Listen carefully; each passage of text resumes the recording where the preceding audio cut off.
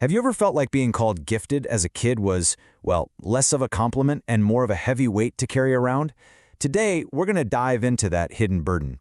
It's a really powerful psychological journey that so many people go through, but we often just don't have the words for it. So let's just start with this one question, and I want you to kind of hold on to it as we go. Why does getting someone's approval sometimes feel less like a nice little bonus and more like you absolutely need it to survive? That feeling? That's the key that unlocks everything we're about to talk about. All right, to really get a handle on that intense need for approval, we have to go back, way back to the very beginning, to how our emotional architecture, our inner world, was first put together. It all starts in the environment we grew up in and the type of love we were shown.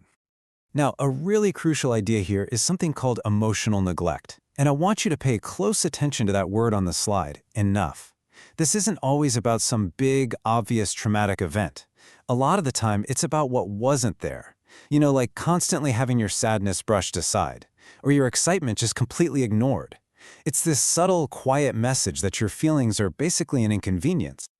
This slide really just lays out the two different paths that can form. So, look at that left column. With unconditional love, the very foundation of your world is safety. You are valued simply for existing, just for being you. And that allows your real, authentic self to come out and play. But now, look at the right. Conditional love. That creates a foundation of anxiety. You quickly learn that your value comes from what you do. Getting the best grades, winning the award, always being the good kid. And the result? Your whole life becomes a performance. So what do you think happens to a kid in that kind of performance-based world? Well, they adapt. Of course they do. They create what we're calling the gifted child's mask. Think of it like a brilliant, custom-made survival suit that's designed for one thing: to win the approval they desperately need to feel safe. Wow, this quote is just devastatingly spot on, isn't it? It gets right to the absolute heart of the strategy. The child basically learns to mute their own inner world, what they're feeling, what they want, and instead, they become a total expert at reading and meeting the needs of their parents or caregivers. It's this profound and honestly, heartbreaking sacrifice of their own self. It's so fascinating and kind of tricky about this survival toolkit is that from the outside, all these traits look like incredible strengths. And hey, in a lot of ways they are. Being super adaptive, a top performer, incredibly aware of what other people need, those are valuable skills in the world. But, and you can see it right there on the slide, they're all built on a foundation of pushing down your own feelings and desires. And that is the direct pipeline to feeling like a fraud, to adult burnout, and to that people-pleasing that just leaves you feeling completely drained. So that survival suit, the one that was literally a lifesaver when you were a kid, it starts to get incredibly heavy over time. What worked to keep you safe back then becomes this exhausting burden you have to carry into adulthood. So let's talk about the real long-term cost of that constant performing. Okay, so here's the real kicker. After years and years of putting everyone else's needs first, of performing for approval, this huge gap starts to form.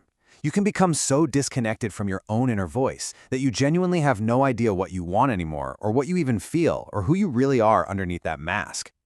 But, and this is so important, there is a path forward, and it's a really powerful one. It's all about becoming your own parent. Now, this isn't about blaming anyone or dwelling on the past. It's about lovingly and courageously taking charge of your own emotional health, right here, right now. You'll often hear this journey described as being painful. And yeah, it can be, but it's a constructive kind of pain. It's the discomfort you feel when you're learning a brand new skill or building a muscle you've never used before. The real work is to finally give yourself that consistent emotional safety, that validation that you always needed but never got. It's about building that secure foundation from the inside out. So what does this actually look like in real life?